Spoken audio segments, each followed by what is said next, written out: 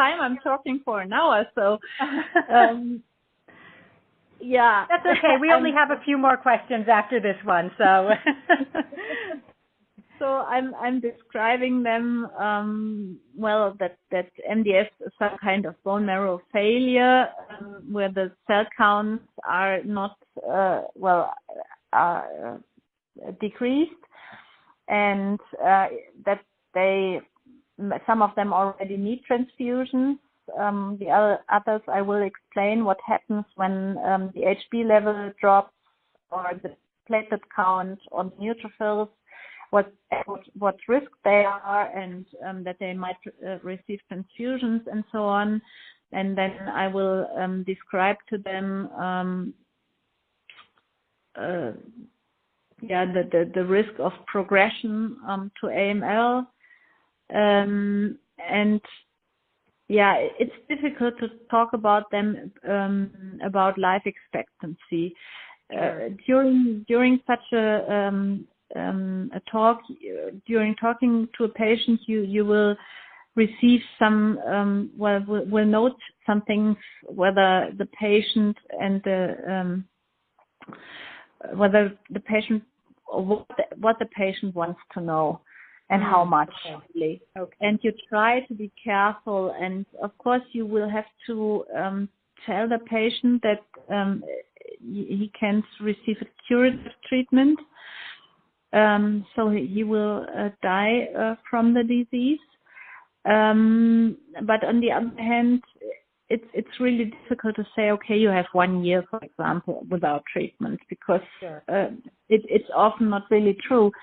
Some of the patients will have a severe infection and die within 2 months, and the next one will maybe live for 2.5 years or something, or even a little more. That happens in higher risk MDS, even without treatment. Mm-hmm. And then, of course, I will explain to them the possibility of treatment. And since this is limited, I will mainly talk on azacitidine, and describe them, how the sub-Q injections are done, and that the most important side effect is really this kind of skin reaction, and what they might do, that the skin reaction is not so it's not so severe.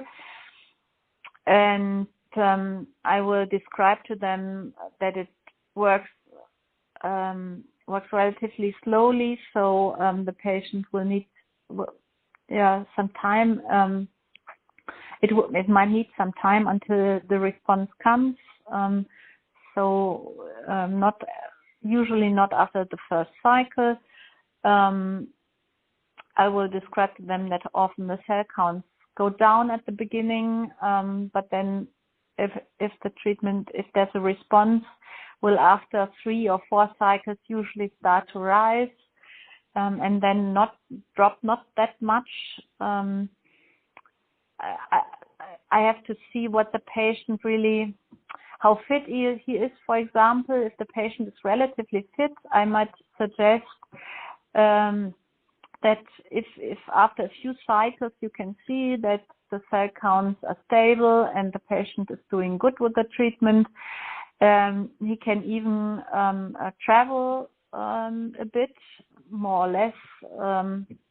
Many patients only travel within Germany or close to Germany, but I have currently one patient that responds very well, that was now twice at Bali, and he's going everywhere. So, oh wow! Okay. You have 3 weeks in between the treatments, and if you don't need transfusions, you can use them. So these are things that I like to talk relatively early about, because the patient must know, should plan something and see what to do with the time, because you only have some time that you give the patient in addition, and this time really should be used if possible, of course. But that is different from patient to patient. Okay. Yeah. Thank you. That was very nice.